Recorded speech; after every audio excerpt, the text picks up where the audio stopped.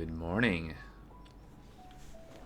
All right, so time for another coding stream. Let me just switch over to here. And like I put in the title, it's going to be some web app dev today, working on DailyJoule. So what are we going to do today? There's definitely a lot of pull requests out from, that's not the right, right, I had that open. Okay, so pull request here. A lot of dependencies want to be updated. What I was thinking might be a good thing to do, the Storybook area has been a little broken for a while. So this is our guide to the UI, the components for the application. And some of the things work. Like if we drill in and look at the actual individual stories, like this stuff works. We can interact with the components, but the documentation pages are broken. They seem to not be able to access the theme, which is kind of annoying. So that might be a good place to start. And I was thinking maybe there's some things in here. Are there any? There are Storybook related things, but just looking to see maybe if any of these updates might fix something. So there, it looks like there was a Storybook update.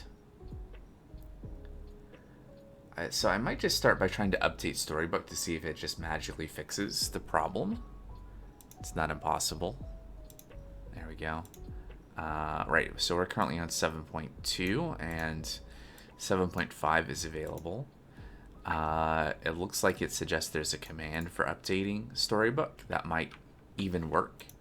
Where is Storybook in our package structure? Is it in the top level package? Looks like it is. Okay, so if I were to give myself another terminal here, let's make some space. There we go. So, I'm gonna make a Storybook v7.5.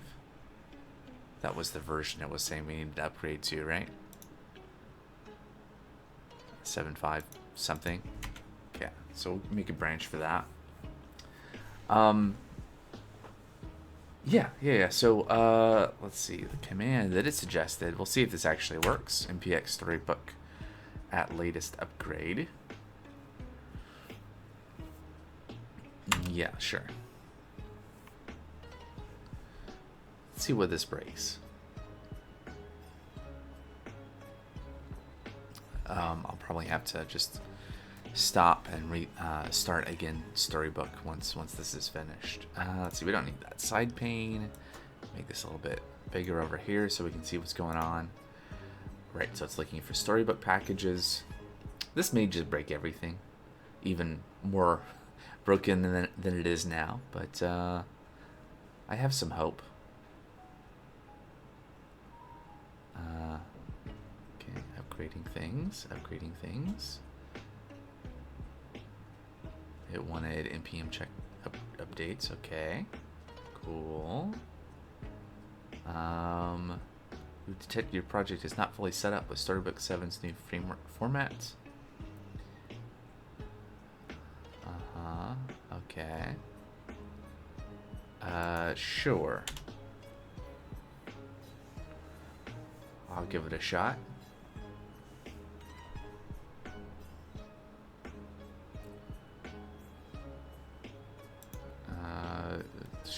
Let's see.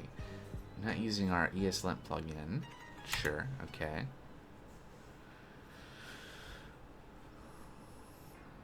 We detected you're using Storybook 7.2.1 with scripts from previous versions of Storybook. Starting change to these. Sure.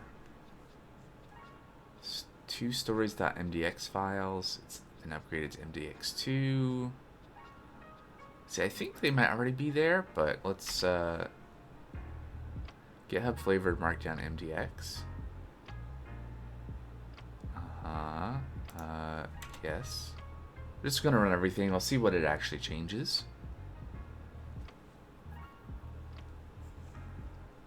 So many migrations in a monorepo project. Okay. Well, let's see what it does. Let's see what it does. All right. The following dependencies are duplicated, which might cause unexpected behavior.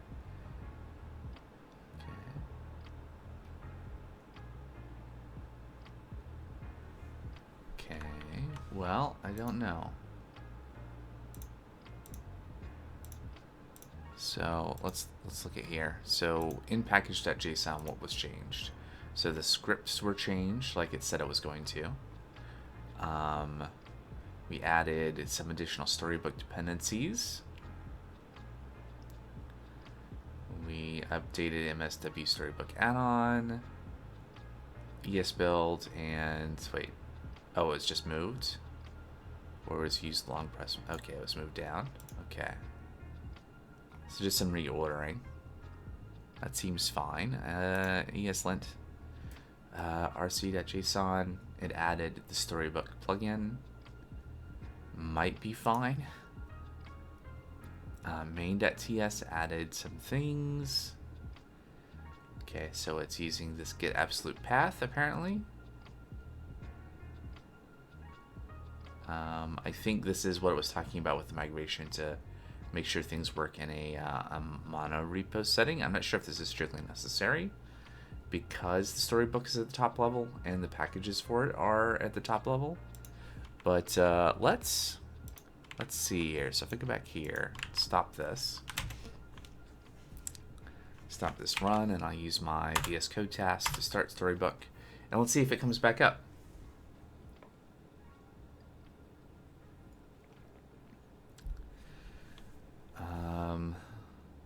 Okay.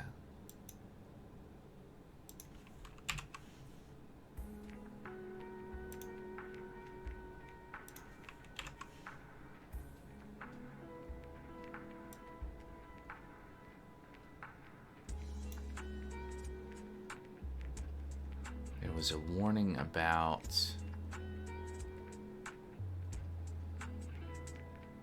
expected add-on actions. Okay, that doesn't seem great. Let's see here. So let's work through the problems. Okay, so it expected add-on actions or add-on essentials to be listed before add-on interactions.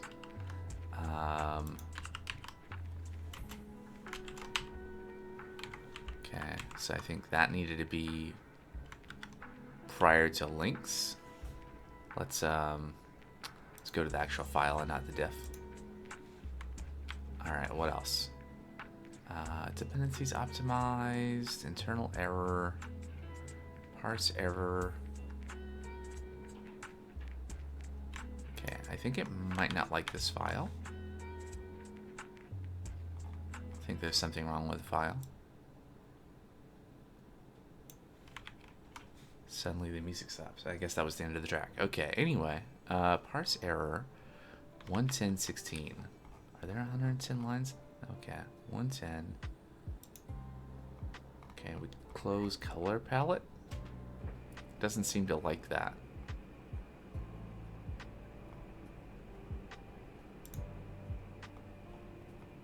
Huh. 16. So it doesn't like. It gets here and fails. Maybe we're doing something not compatible here. Parse error. I mean that's right there. Inject export order plugin. Theme stores MDX. We are on version 7.5.1, I thought.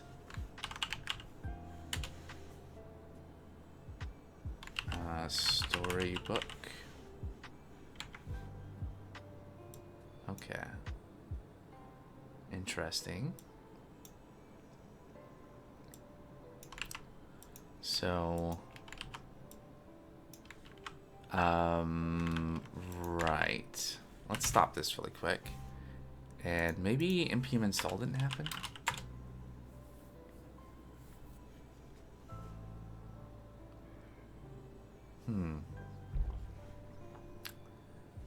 npm ls. That was probably a mistake. But we should be able to see Storybook listed here. 721. Okay, so maybe we need to just add this to all of these _7s here to force it.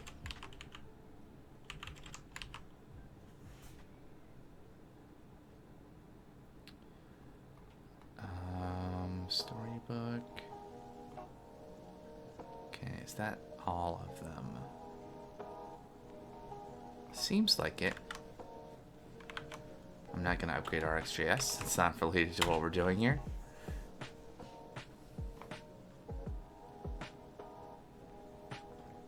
And then after we get, hopefully, after we get Storybook properly working again, it's probably time to look at the backlog for this project and see what makes sense as a next thing to tackle. I believe there's quite a number of things. Also, what is npm audits complaining about here? Zod. There's a fix. Can't do anything about request. Okay, let me just run npm audit fix here.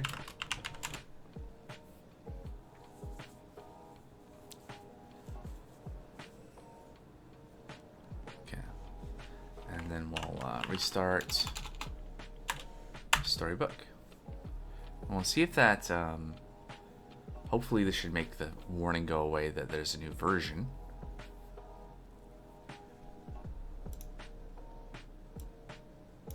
Add-on is meant as a migration assistant. Will likely. Oh, we should read this document. Okay, let's try that too. Common mode to add auto-link literals, footnotes, strike through tables, task lists.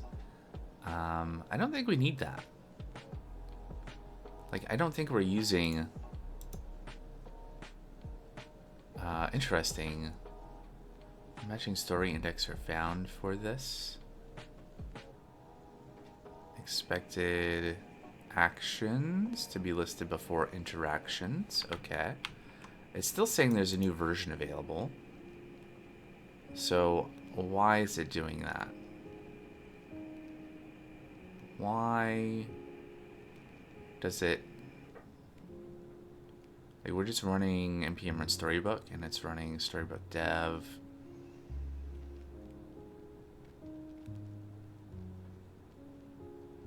Storybook CLI 721, but I upgraded it.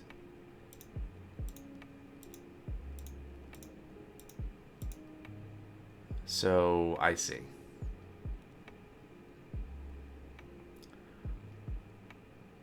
So I don't,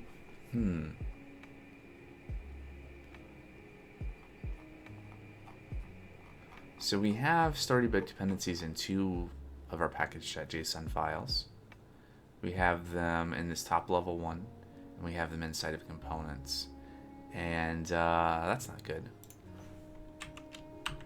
Oops. I am not sure if we... let's take a look at this. So, are all of the Storybook, all the places we're using Storybook are inside of the components package? I think that's true, except for maybe the stuff that's going on inside of the .storybook folder. Right. Maybe what should happen is that Storybook folder should be moved inside of components. I'm not going to do that right now. Instead, I'm going to take the lazy route of just updating components as well.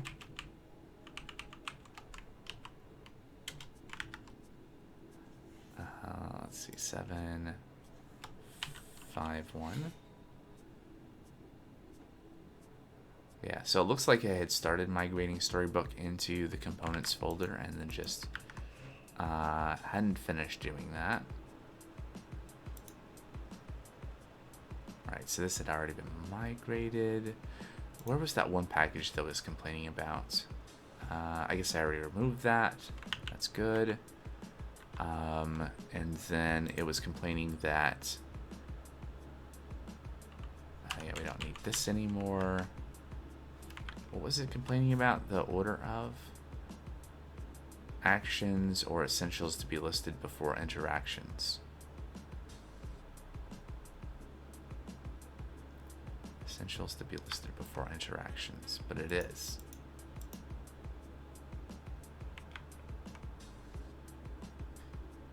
Actions to be listed before interactions. Or essentials before interactions. It is.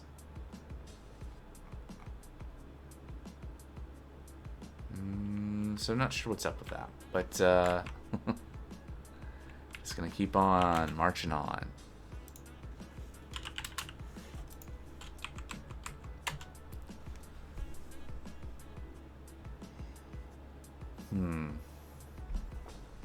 Maybe what would I need to do to remove the excess dependencies?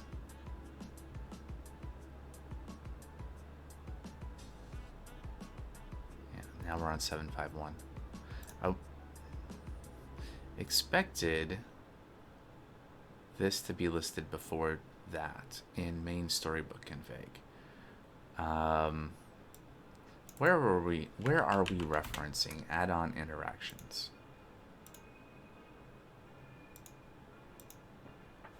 So I wonder if this construction is confusing the thing that's checking for that problem, and that there's not actually a problem, it's just confused. Okay, so on the plus side, this continues to work. Unfortunately, the documentation is still broken. So we've not gone backwards, but I think I would like to try to remove the excess dependencies from the top level package JSON. So all the storybook stuff from here, and see if we can make that work. So in components package JSON, do we have the MSW Storybook add-on? No. Well, we should then.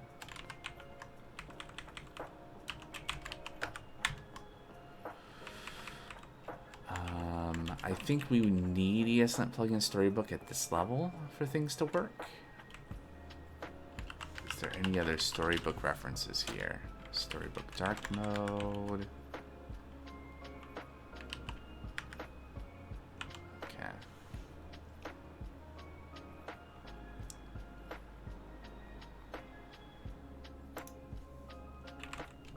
So if I remove... I wonder if there's a way...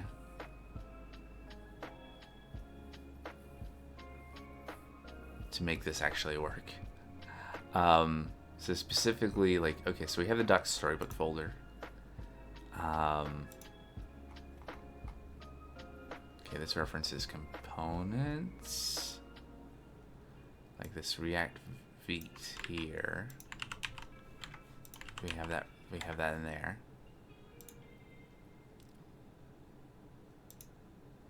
Like, I suspect that maybe what we need to do is move these scripts into components and then run them in, like, wherever we're running, like, build storybook, have that run inside of the components folder. No. I mean, yes, but I don't think I want to try to fix this right now, because this is going to be like a lot of extra stuff that I'll solve another day. As long as the two package.jsons are kept in sync, then there shouldn't be any problems, which is a not a permanent solution, but it'll work for now. So why are we? It doesn't look like I'm getting an error anymore about the MDX file. Right, so what we're trying to do here is this theme.stories.mdx.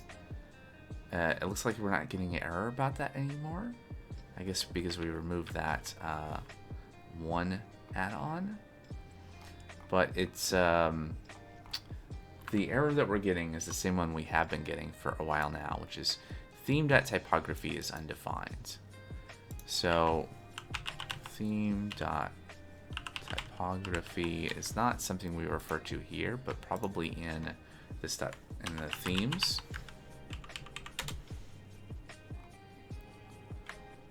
So like if we look in here, actually, where are we? Can we see where we're getting that error? Now we get a lot of stuff about Vite chunks here. I don't suppose in the console we get anything more. Here we go. So, first error with reset, index.mjs, and styled theme.typography.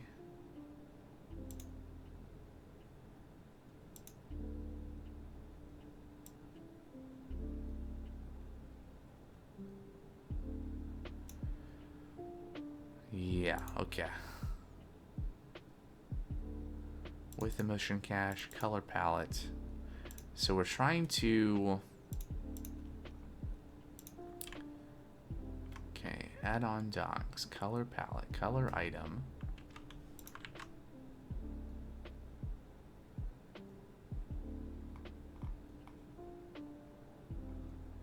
I don't refer to typography in this file.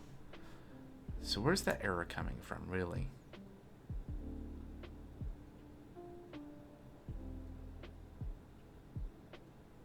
And theme.colors undefined, and icon button with the motion cache. Theme.colors undefined, theme.background is undefined. Okay, here we go. The error above occurred in icon button component.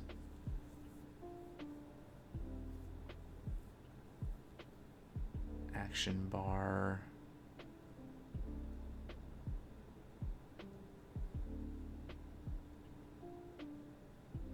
And then a bunch of stuff about other things, and then... Okay. What if...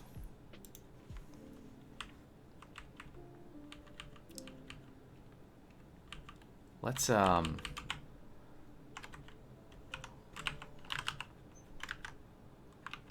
just try. Hey, look, this works. Okay, so something we're doing, like the page is like an MDX file itself will work. It's something we're doing in here that is causing problems. So what specifically is it that we're doing that's causing problems?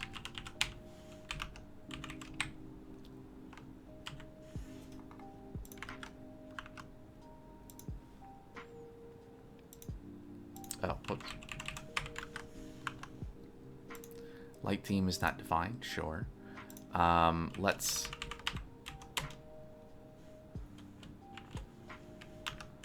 just put some colors here.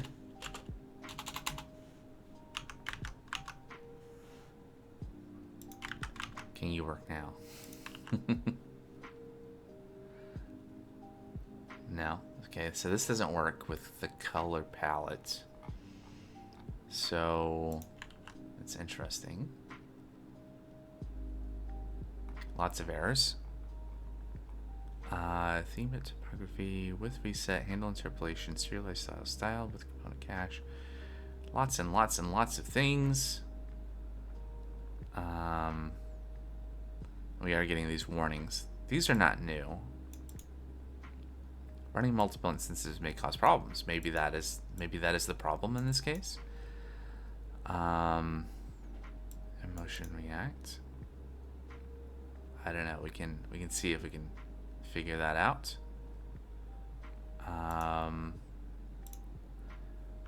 So add-on docs, color palette, color item.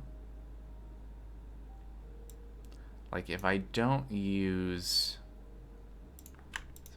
can we go to the definition of color? No, not in this file. Okay, so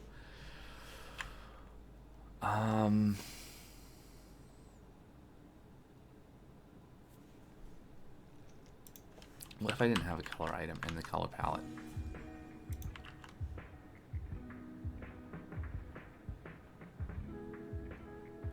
Do I think maybe there's something inside of add-on docs that's conflicting with the setup I have?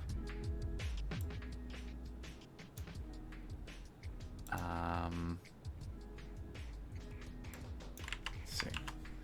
Storybook add-on docs. There's an issue. Oh, from a few years ago. Might not be the same issue.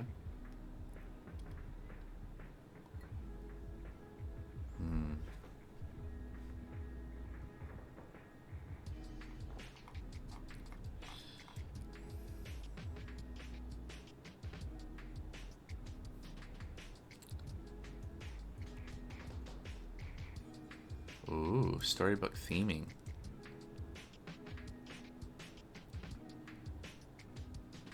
Okay.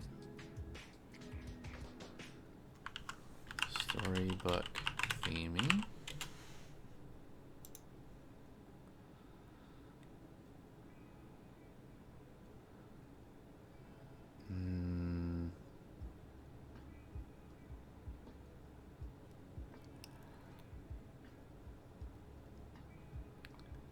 This is for latest. We can try this. I don't... it's not gonna hurt. Let's just try. So a new file here, manager.ts, I guess. We'll do this and themes. That's not what I want to do at all. Add-on set config theme. Set a complete theme object. The theme is replaced, not combined. What if I already have a theme?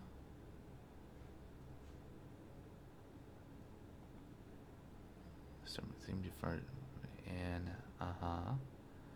here's how you specify the same theme for docs in preview. Place your frameworks. Themes.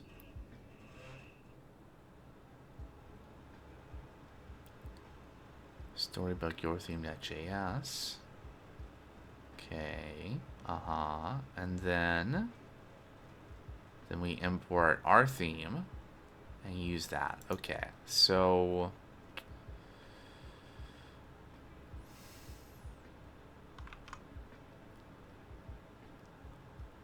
I don't care about theming Storybook. That's not what I'm trying to solve. So I just want to inject. No, this doesn't help me. I think.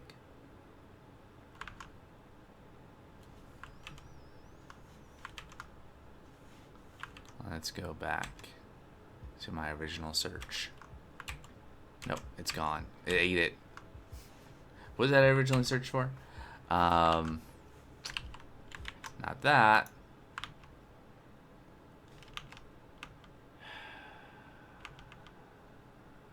Here we go. Okay. Oh.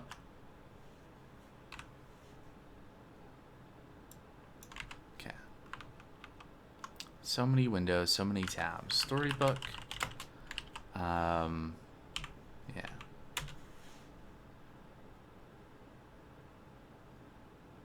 Here's some place I've been before. On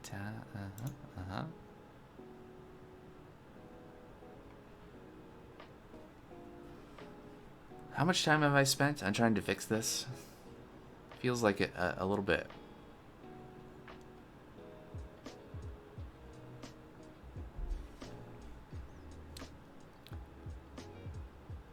Oh, here's maybe an example of something else that is broken. Sure. That's coming from here.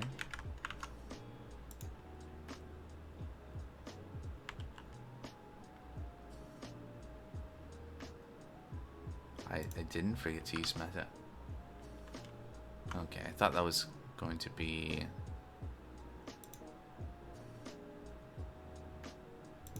Okay, let's go back to where we were. So this is the original thing that should work. It's not working. Let's see. Okay, let's check out this issue that was created.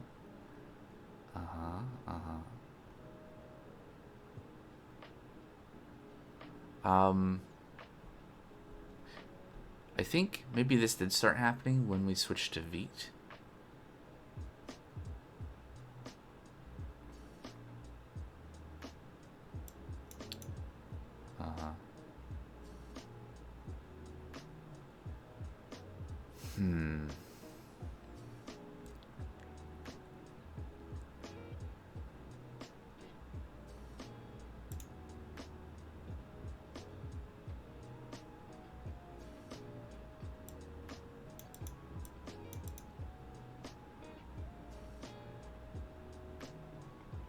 Well,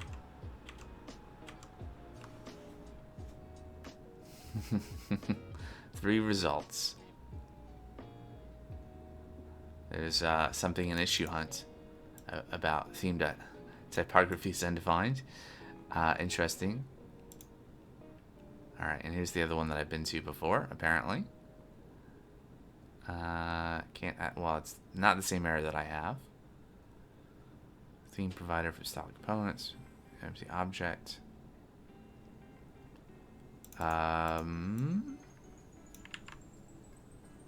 So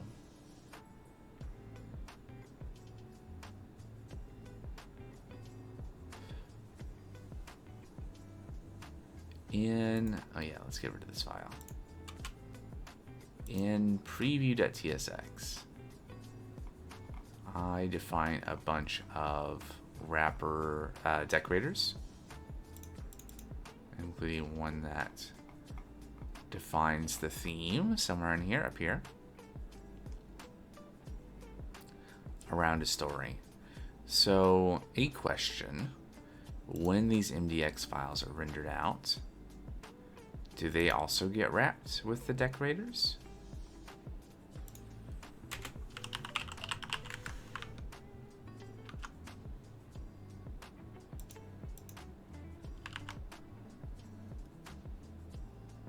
Do we hit that debugger line?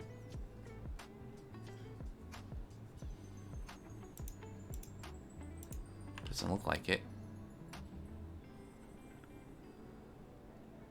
Okay. So. Storybook, MDX, decorators.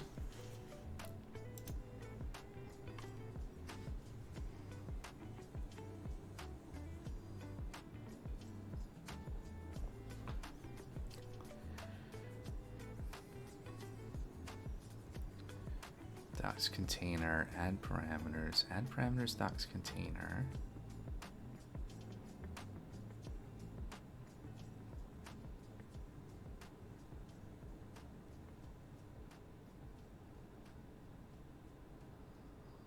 Difference between the two is my example.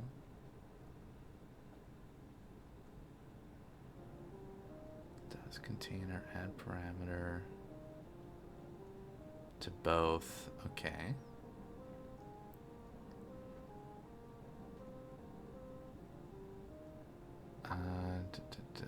Hardcode's the container. Okay. Allow user to override docs.container parameter.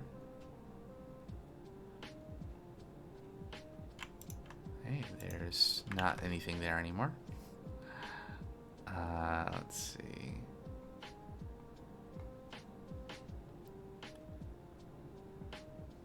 Okay, parameters, docs, container, global styles.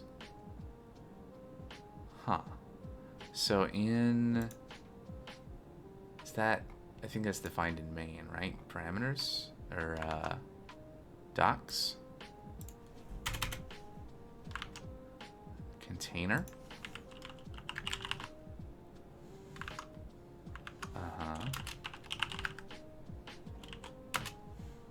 Sure, we'll go with any for a minute. Not assemblable docs options. Is there no docs? Let's see, docs options, default auto docs, docs mode. Okay. So he doesn't think that exists. Doesn't, yeah. Grammar. Maybe they got removed later? Let's see. Let's figure out the file we need to look at to see. Okay, snapshot.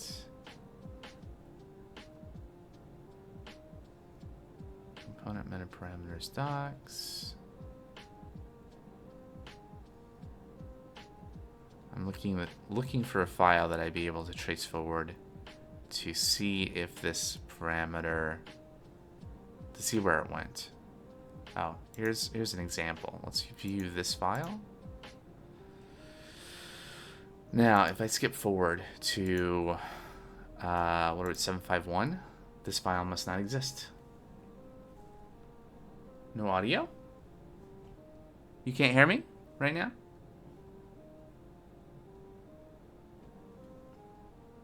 I'm sending audio. Let me check something really quick. Testing 1, 2, 3.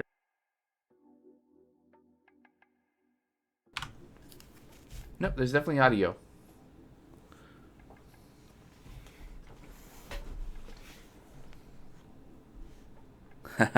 You can hear me from the other room, but I just pulled up the stream and there's definitely audio, so you might be muted. Your audio output.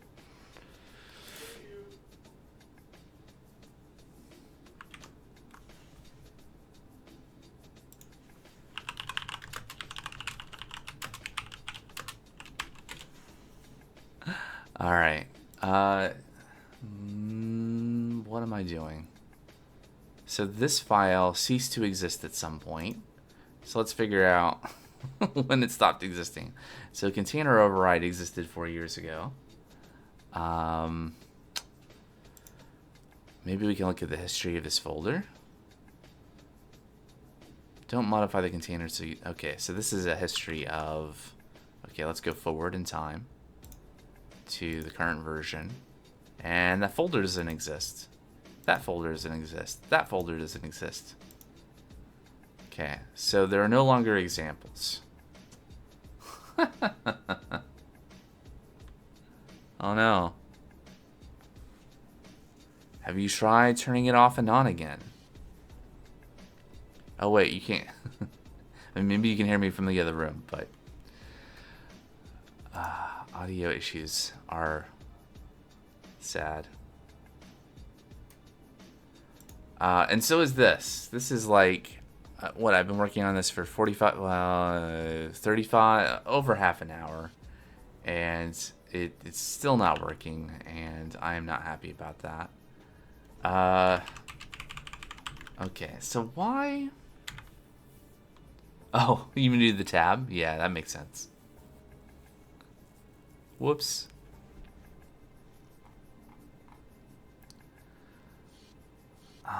Okay, so we have theme.stories.mdx, and MDX files do work. It's specifically this add-on docs thing that's not working. Now here's a question. Did we update add-on docs? It looks like we did. Oh, it's not. It's installed. I guess it's a dependency. But is it something that is in our config as a thing? I mean, I think add-on essentials includes add-on docs. Storybook add-on docs. Here's the package.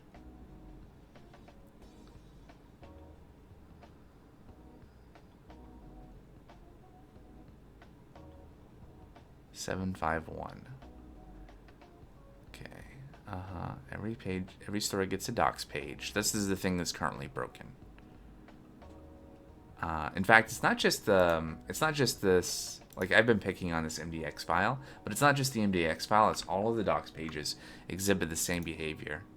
Like if you look here, it's the same deal, right? So it's not about this specifically. It's something to do with add-on docs, I guess.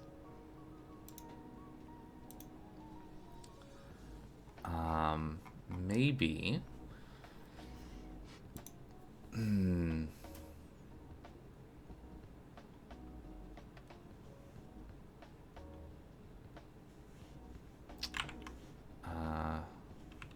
Let's see. Let's switch this around. Switch back to there.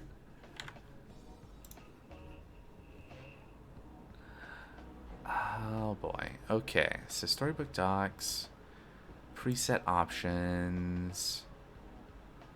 So it seemed like from looking at the issues, maybe there was something, and from the trace, that maybe the emotion and styled stuff is somehow interacting to cause a problem here.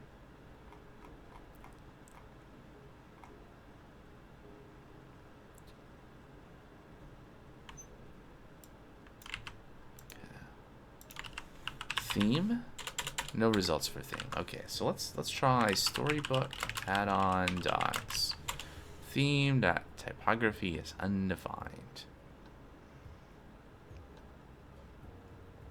Docs with React feet doesn't work on 704 is an issue. It's still open. Reading fonts is slightly different than the issue that we're seeing, but it's reminiscent.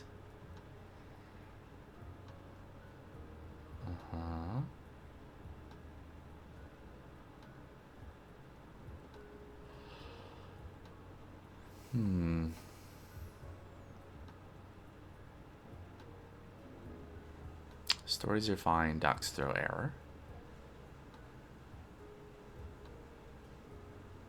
Different error.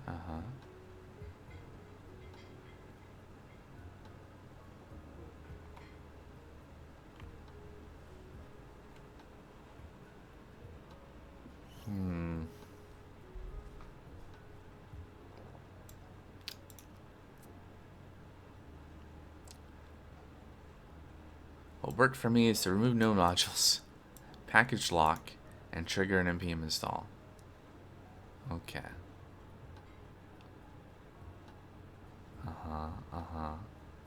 I mean, we could try that. That is the turning it off and on again equivalent for npm, Node.js.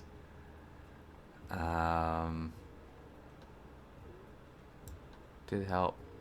Yeah, okay. I'm game. Let's give it a shot. So let me go ahead and just stop Storybook, since that's gonna have to be restarted anyway. Do we have, so we have a npm folder at the top level. There aren't individual ones instead of like components, is there? Good.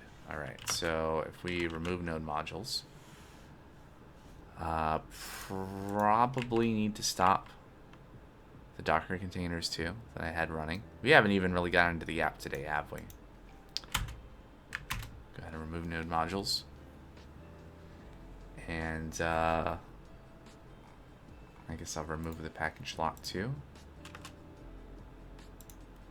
Give this a shot.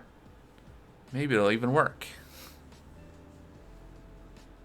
Alright, so now we have no package lock and we have no node modules. So npmi should be like if we were creating a brand new project and already had our dependencies listed. And if this works, that'll be nice, but also slightly frustrating.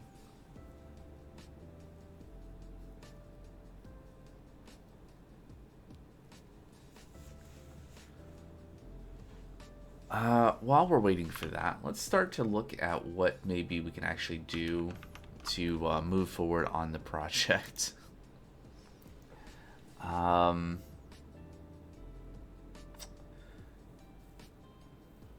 could work on the barcode scanner. Yeah, I should work on the barcode scanner. I have a webcam that I can use since I'm not really set up to like run the web app on like my phone and like monitor it so like we can see it on stream. I don't really have that set up, but what I can do is I can have the web app use the webcam as a barcode scanner. So that's an option. I think we can do that.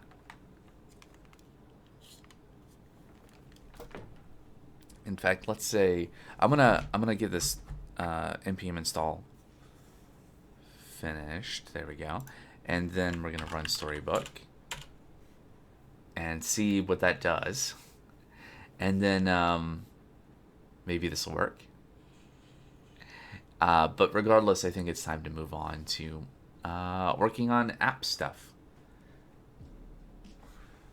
I think I mentioned it on the last stream that I have actually been using this DailyJoule web app on a daily basis, as the name suggests. Yes, it works. All I had to do was turn it off and back on again. All right. See, this is the theme, the color scheme for the site. Dark and light modes. And then if we go to barcode scanner, I don't know if this will actually work inside of Storybook. Probably not in the docs view. Maybe if I go into main and I pull this down. Yeah, it might be a little busted because what it should be doing is it should be prompting me to authorize access to the camera. But anyway, so now we can actually like here we have docs and we can like, oh, primary or not, disabled or not, and like these controls to be able to like test it out. And that all works. We can look at this card view, or we can look at the donut chart and change the number here. All this interactive stuff now works. Here's our total goal left chart that we used last stream. Yeah, interactively edit it like so. So this is really nice for like figuring out, you know, how components should work and like that sort of stuff. But that's not, that's all good and all. And in fact, this is really great to have that tool back. So I'm just kind of annoyed that, well, we did do the upgrade for Storybook. And I think I am going to add something here to the backlog to consolidate Storybook dependencies into one place. Right, so we observe that right now deps are in root package and in components. Figure out a better way. Because we have this kind of mono repo setup where we have multiple packages containing the various bits and pieces. So our UI components are a package, and then our backend has multiple packages. So like we have a store package, a server package, we have a components package, we have a client package. So client represents like, here is the, the front end web app, and then it depends on components to actually do stuff. And so that way we can have specific dependencies in those different packages, and then those are all contained inside of this root package. Anyway, let's so what did we change here? We changed this. We changed this. Well, this happens. This was maybe not necessary. We can get rid of this debugger line. Let's see, and then components here also updated. So update to Storybook 7.5.1 is what we did. Publish that branch. And so at some point I'll come back to the Storybook dependencies thing, because we have kind of duplicate dependencies listed. But what I want to do next is, after I get this pull request going, is we're going to work on the barcode scanner. So this, I think, has been broken for a little while, and I would really like it to work, because as I've been saying, I've been using this daily, but the way I've been using the app is just using the quick add, because I don't have time. Oh, that's a bug. Oh yeah, we're not running the app. That's, I stopped it, right?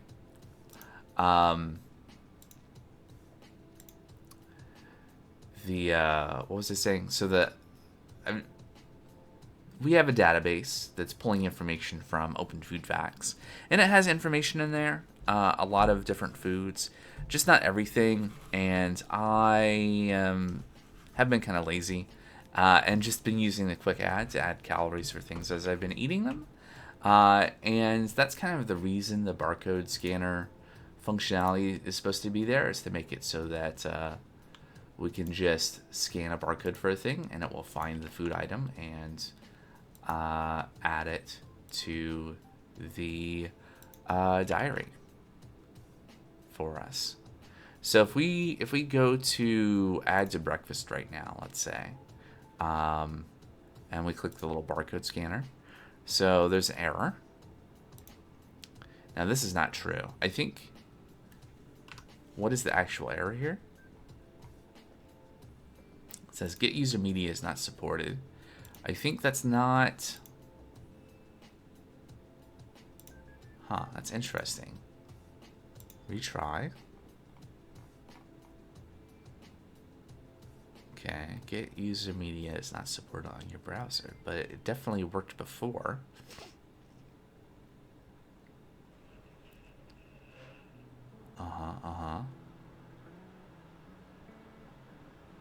Payload error.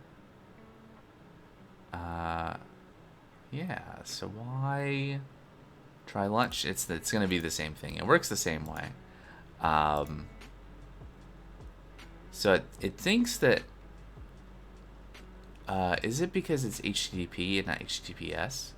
Let's try, what can we try here? What if we tried localhost? I think that's not going to work, because it doesn't have the cookie. Yeah, it just redirects back to this IP address. I think I might need to have... I know I had this working at one point, so there can't be something foundationally... Oh, maybe it was because it was using localhost before, and then when I added authentication, I had to use this IP address, and so then it doesn't like allowing...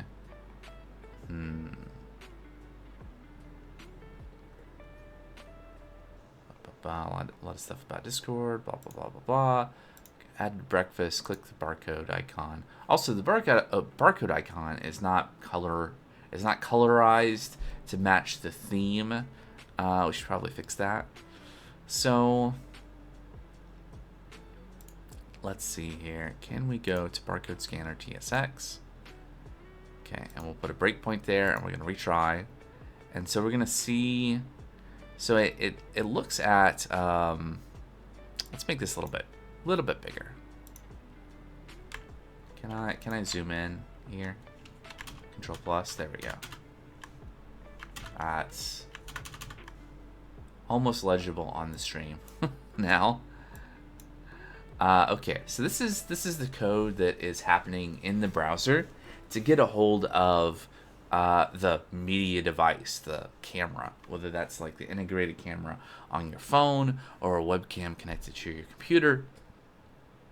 And so this is a React component where we're using the use effect hook to do an effect, something that the component is going to do when it first is loaded.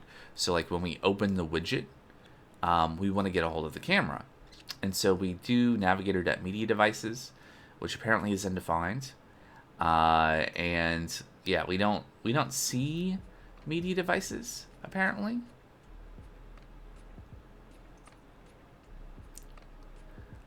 Media capabilities exists.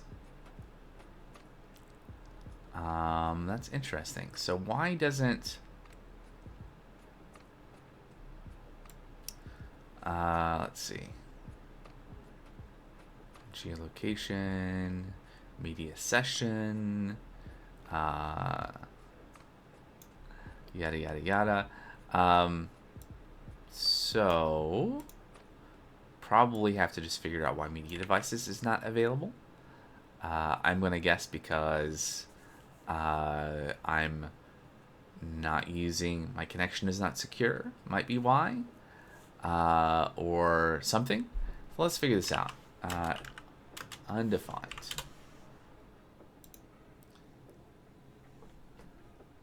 Yeah. Require secure context. Yeah. Yeah. Localhost is considered secure. Here we go. About config. Let's break some things. Actually, let me go back because I need to know. So media devices insecure enabled. And get user media. Here we go. So let's set that to true. And let's make things really insecure. There we go. All right. So now, remove that breakpoint, run it, and retry. Maybe refresh. Add to breakfast, click barcode scanner. There we go. Now, so here's the thing you can do, you shouldn't do. The thing I just did is the thing you shouldn't do unless you are in this situation where you're developing something that's your code under your control, and you want to tell the browser just to ignore what it should do and instead do what you want. So I'm okay. And even though I did that, it's not going to let me remember the decision to always allow this. So I just have to do it each time. Yep. All right. And this is black because I have my webcam pointed down. I don't feel like being on camera on a Sunday morning. But if we scan a barcode, it's really hard. Okay, here we go. To aim sometimes. There we go. So is that the right barcode is a question. I recall the last time I was working on this, it was kind of hit or miss whether it would scan the whole thing accurately. 8597, yada yada yada, ends in 9. Okay. So that scanned that. It should have done something, but it didn't. Okay, so what happened?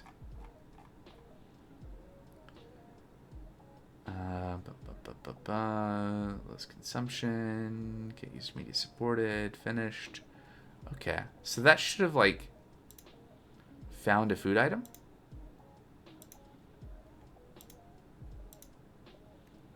But it didn't. I don't know why that is. Okay. So that should have worked. Like it scanned the barcode successfully. Why is it not searching for the food item? That is the next problem. Let's see. Okay, so let's get out of all of this, and we'll go back to main, and then figure out how this is supposed to work. So I know that there is a barcode scanner component. We have some things that we're importing that we're not using. Okay, on processed. Lots of warnings. Just ignore the warnings. So we call this on detected. We're not logging that we detected anything here, so that makes sense why we're not seeing anything in the console from the component itself. Let's figure out where barcode scanner is used. I could have also right-clicked and find, go to references. So in foodsearch.tsx, there we go. We have a barcode scanner, and it says on detected, run on barcode detected. So I'm going to guess that I've not tested this thoroughly since we did the switch over from using RxJS to using Redux. And so this has been broken since then. Okay, so this component, food search, takes a on barcode detected prop from something. Looks like down here, handle barcode detected. So it dispatches found code. Okay. So found code is from food search slice.actions. I don't want to be in that file. Let's see, F12. This file, food search.ts inside of store slices. And this is what is supposed to, like, this is the action that we're calling. So when we successfully scan a barcode, this will run this function coming from food search slice.actions, found code, and that should do this.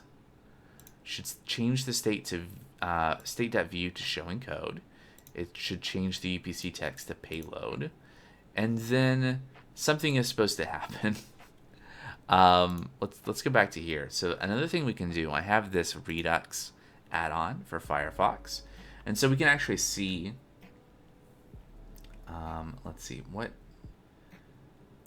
do we have here? So if we look at the action, so here's the action that was triggered, food search / found code, and then the UPC number right there, right? So that was the last thing that happened, was we found that code. Now the UI is supposed to do something, I guess, but it's not. So why isn't it? I don't know, because I failed to implement the code that does something when we find a code.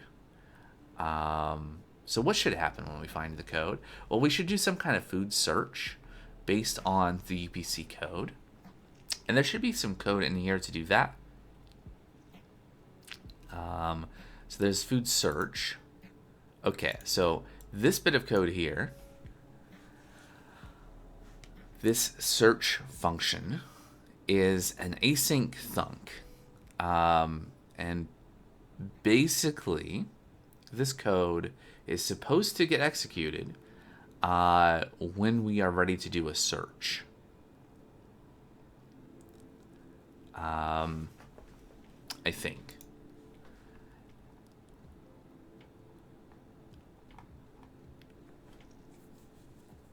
Based on the view, either use the external name or external UPC searches, right? So if state.foodsearch.view is showing code, then we use find external by UPC. So why doesn't this get invoked is a question. And I think you can see here we don't run the action. The action doesn't get dispatched, food search / search. We just do found code. So I think what we need to do in the case of found code, can we dispatch another action?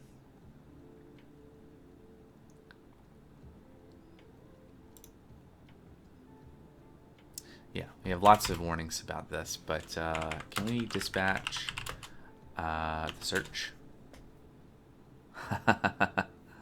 I guess we could. I don't think we can directly call search. Do we know? Async thunk cursor results void async thunk config. I don't think we just can call search because it requires. Let's see. What does create async thunk return? Like it returns some kind of function, right? That an async thunk.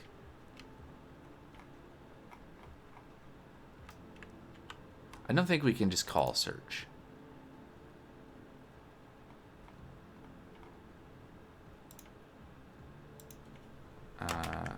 Thunk as a Redux action. Yeah. It's like, yeah, okay. It expects 0 arguments, which is interesting. So what if we just did this? This seems kind of suspicious to me, but we can try it. So that will, let's go ahead and, can we just, this is fine. Okay, so we'll click add to breakfast, click the barcode, allow the camera to be used twice for some reason. Let me get that sample barcode over here again. This is for some, package of dried, pineapple that I have on my, oh, that was not the right barcode. And it did not dispatch. You never know. The view counter is not reliable. Also, this will be on YouTube later. Come on, you know you want to scan it. That's not the right code. Okay, well, keep trying. But regardless, I don't see the action here. And that tells me I'm doing the wrong thing. Is this something we can do? And should we?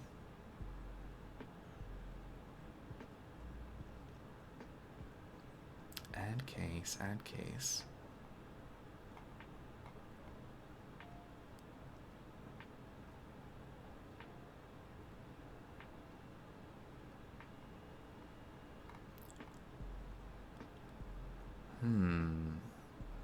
Or, wait, okay, so we have a reducer. We found code. Do we...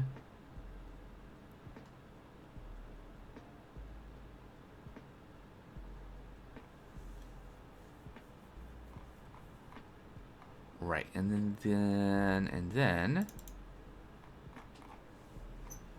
So the way this is supposed to work is that we can detect when the search is pending, fulfilled, or rejected, and that changes the state. But I feel like none of that is happening. So let's try some Googling. Okay, so Redux. So this is in the reducer. Dispatch. Action. Can I dispatch an action in reducer? Shh. I feel like the answer is just no. Yeah. Scheduling another dispatch from within a reducer is not an anti-pattern, right?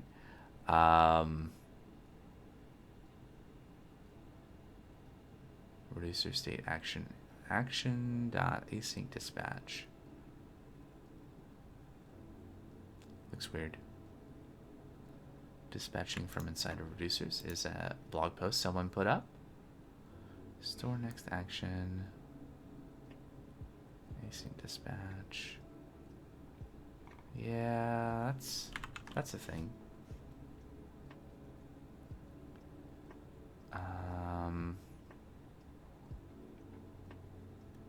Yeah.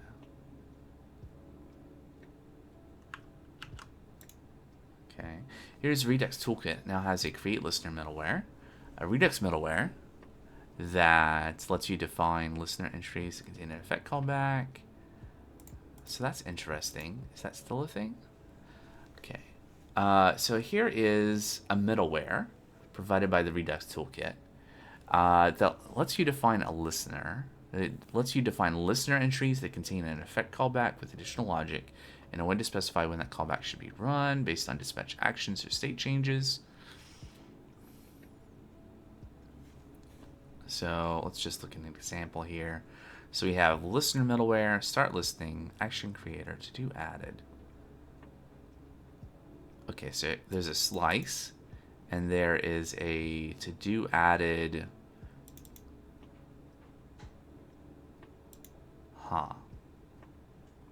Do we have an example of what is this? Is this an action? I guess so. And then there's an effect. Could we instead... So how do we end up getting to found code? So we dispatch this, right? Found code. Maybe instead of dispatching an action, we should dispatch a thunk.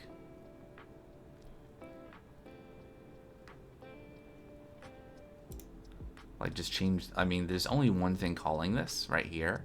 So maybe just changing the semantics of what that means could be good.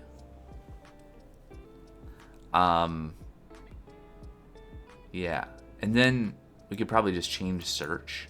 Like instead of embedding this conditional on state inside of search, we could have two searches. No, that's not great either. Can we...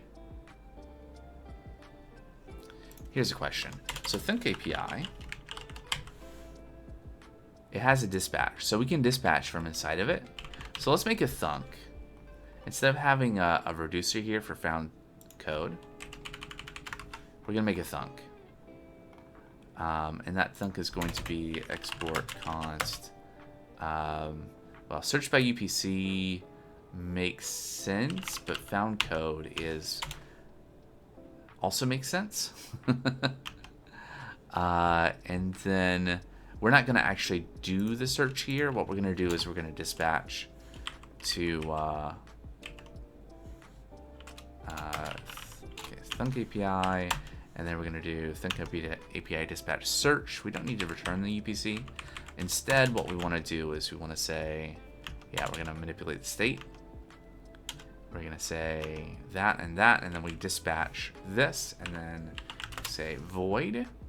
So we get rid of the warning because we're not doing anything with the return value of dispatch. Or are we? Do we return it? We could return it. Right, and then instead of, see down here, we're exporting found code from actions, but we don't define that action anymore. So I think,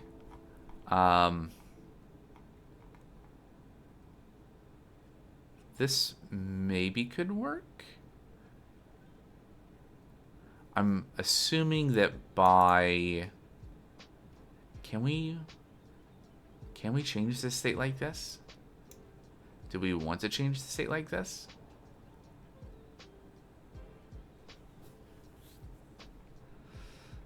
Is this effective? Is there a place where I change the state instead of a thunk? No, I don't think we want to do this like this. Instead,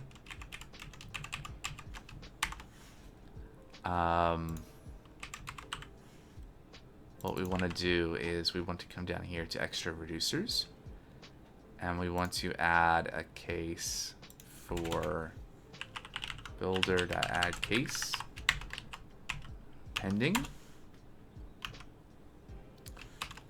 except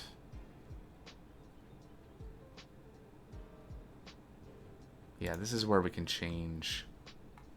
So the state that we were setting up here. Let's see if no. I don't think we need that. Is this gonna work the way I think it should? I think it could. Right, so we don't want to say... I mean, we're not going to need to set this to pending, because when we dispatch search, that will set the state to pending. So what we really want to do is we want to set state.upc text to be, let's see, so the second argument here is the action. So we can get action dot payload dot upc, and then set the view to showing code. It's possibly undefined. Okay, so if action dot payload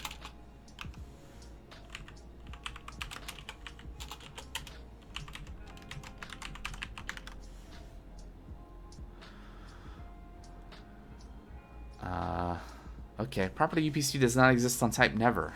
Correct. It doesn't. Is payload not the right thing? This doesn't seem to believe that there is a payload for this action. Is payload...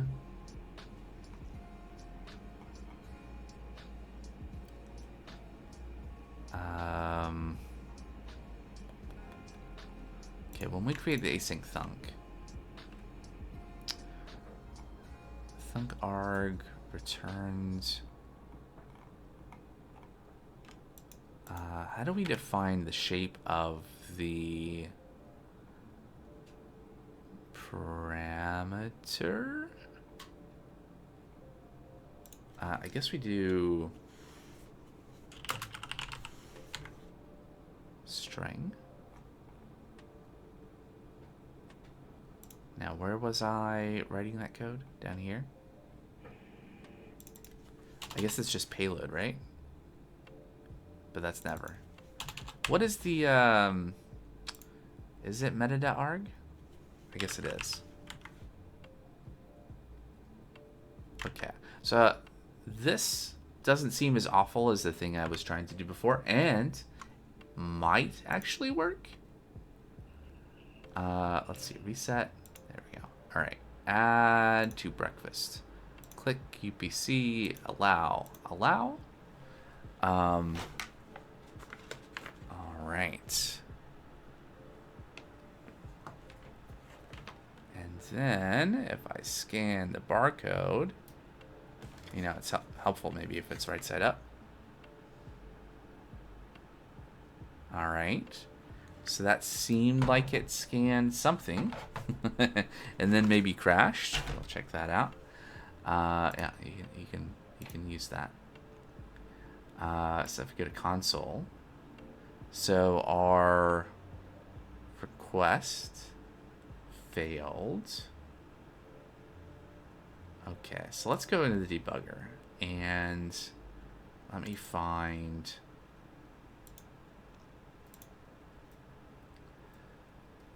Let's see, where is this code in question? Is that's in food search, right? So what just happened should have been that we triggered the thunk for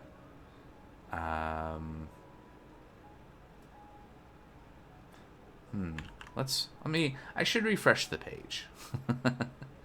And let's see here. So store slices, food search, answer text, quick search, search found code. Right? So here is where once we find the code, this line is run. But then also, prior to actually dispatching, our case here should be executed. So let's see if those things happen. Allow, and then okay, we got a breakpoint. All right, so interesting. The other breakpoint didn't get triggered, but this one did. I guess that's fine. So this happens even before the thunk is executed. So action arg. So we're looking at payload, and that's undefined. And so that's why that's not going to work. And in fact, I don't think we need this if. So I'll save that. Toggle back. Let's refresh the page. There we go. Now put a breakpoint there. Let's try this again. At some point, what we should see is this modal transforms itself into a food summary of the food item that was found. So we can see here we're in our case, and that is the right UPC. So if we run, now at this point the state has been updated, right? So if we were to like dive into Thunk API, if I could scroll more granularly, there we go. Get state. It's not really a way for me to execute. Well, whatever. Let's just take it on face. So this should dispatch search, and should be good. So now we're searching. Now we got an error, but we did also get a result for the thing that I have in my hand right now, which is pretty cool. So let's take a look at that error. And I think that'll be right about time for me to take a break after that. But let's see here. So I don't see anything in the console though. Was it in okay, so maybe there was an error in the response. 207 multi-status. I don't know that I've ever seen a 207 status code in a response before. That must be something that the tRPC server is doing. And that makes sense because we got a result and we also got an error. So the error was invalid prisma.food.upsert invocation. Unique constraint failed on the field created by ID and UPC. So that shouldn't happen because it should already know that that food item exists. And so it should update it. Like, it's basically saying, well, let's look at that code. So, a bit of a shift in focus. Let me do this. Let me, so we have an issue open for this barcode thing. Here it is, 280 fixed barcode scanner. So I'm going to say that that's the issue that I'm working on. That'll auto create a branch for me. And let's go ahead and commit that and publish the branch. We're not done with issues because we just found another issue, but just to save progress and keep things together. So we're gonna kind of shift over to what's going on the server now. So we have a procedure that is being invoked. So if we go back to the browser here, we can look at the request. And so the request is two requests actually. Which is interesting. So foods that find external by UPC and foods that find external by UPC. So this is because we're in dev mode in React, and I think something must be happening that's causing this action to be dispatched twice. I mean, obviously that's what happened, right? You can see here are the two operations we're trying to run against the backend. They're the same operations with the same UPC. So why did that happen?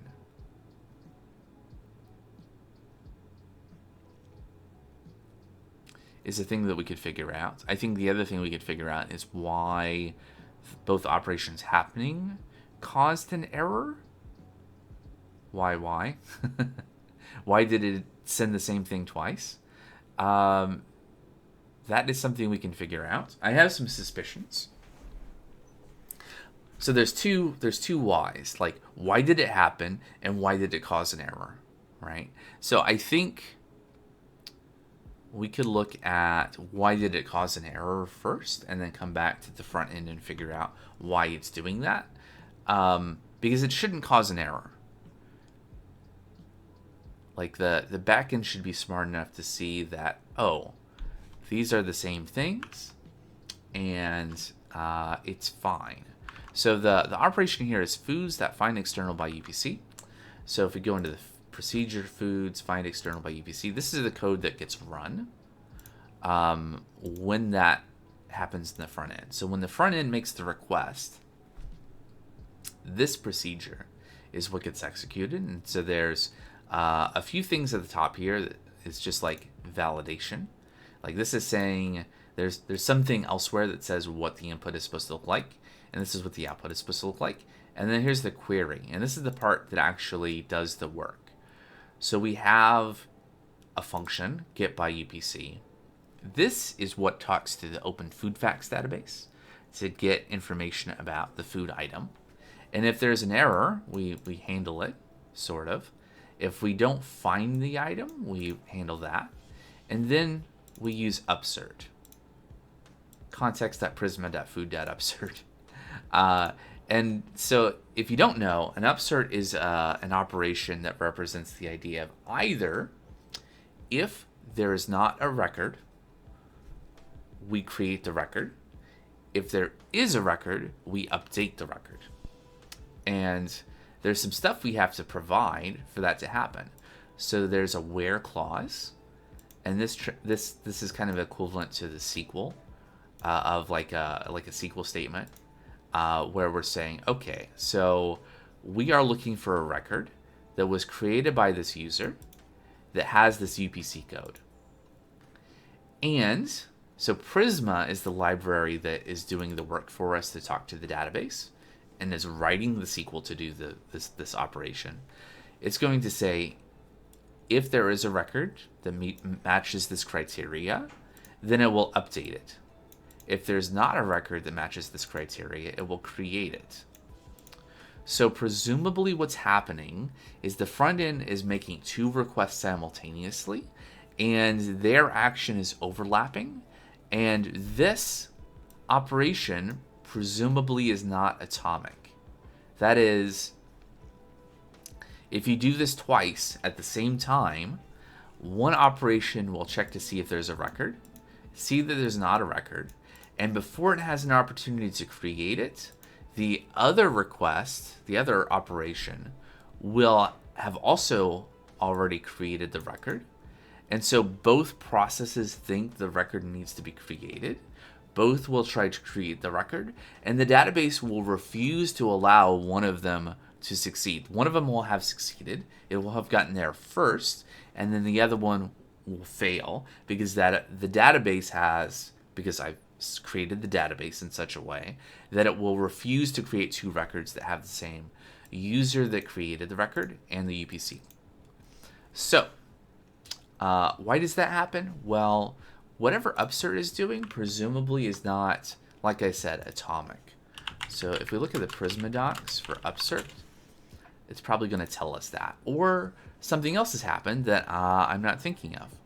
So in the docs here, there should be like an upsert. Update or create records. It uses the upsert API. Prisma carries out upserts with database native SQL commands where possible from version 4.6.0. So what version of Prisma are we using? I'm glad that it's a very good question. So presumably that's listed inside of the server package.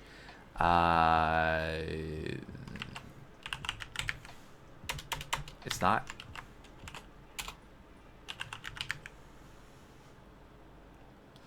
.4.16? 4.16.1. Actually, a better way of seeing this is in the package here. If we do npm ls Prisma, this should find. There we go. So this shows us not only what version specifically we've listed, because the caret here means that it's there's a bunch of rules that derive like what is the highest allowable version for this. And so in this case, we can see that Prisma, the installed version of Prisma and Prisma Client are 4.16.2.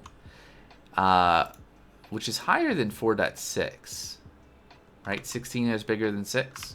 So it should use native SQL commands to do the upsert.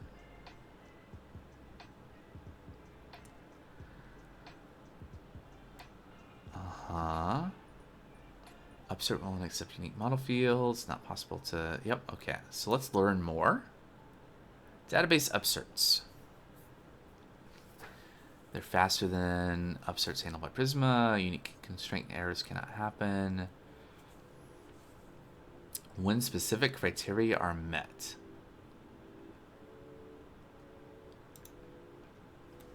Wait, there was something else here. So we are using Postgres, right? And we are using a version greater than 4.6.0, right? 4.16.2. So maybe upsert query criteria. There are no nested queries inside of the create and update options. Oh, that is probably going to be the problem.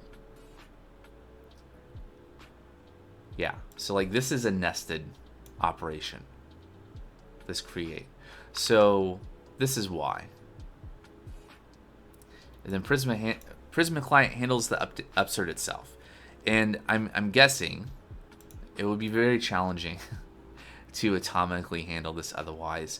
So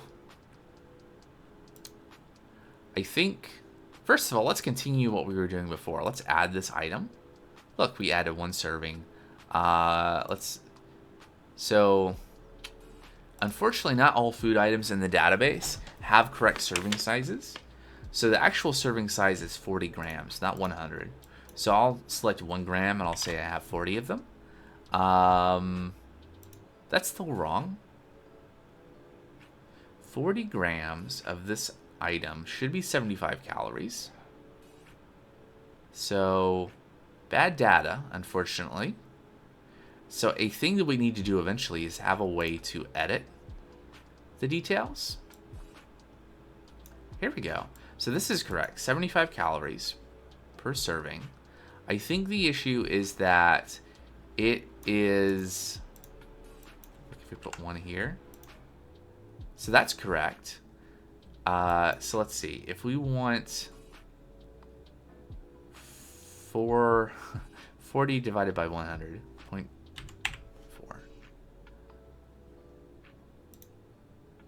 That's wrong.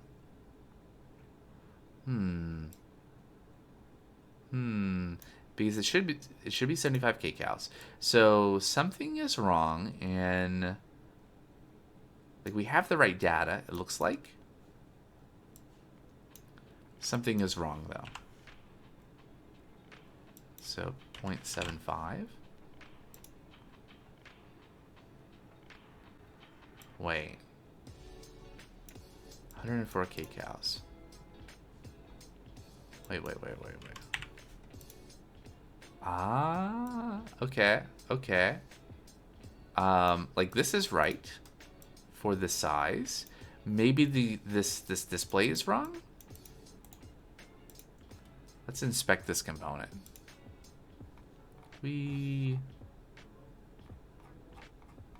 Okay, can I? There we go. Let's see, components. It'd be really great if you could. There we go. Okay. So 43. Let's go up to the donut chart. Interesting. 42.7, which is rounded up to 43. I don't... Yeah. So that's right. And if I switch to this and I say 40 grams, we also see 43 here, but down here we see 75. So something's not matching up here. What happens if I click add to add it to the diary? Yeah, so this number is right. So it's just the donut chart. So let's, I think it is about time for a break. Let's do this. I'm going to create a new issue here. Donut chart shows wrong calorie amounts.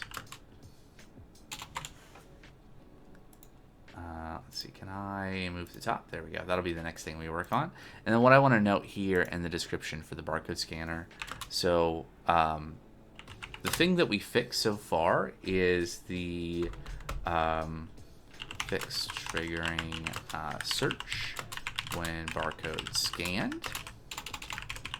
And then the things that we need to fix now are dispatching the search by UPC from the front end twice.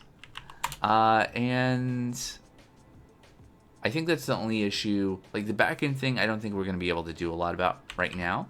And you won't see that in practice if we can fix the front end to not to send the same request twice. So we'll figure out how to do that after the break.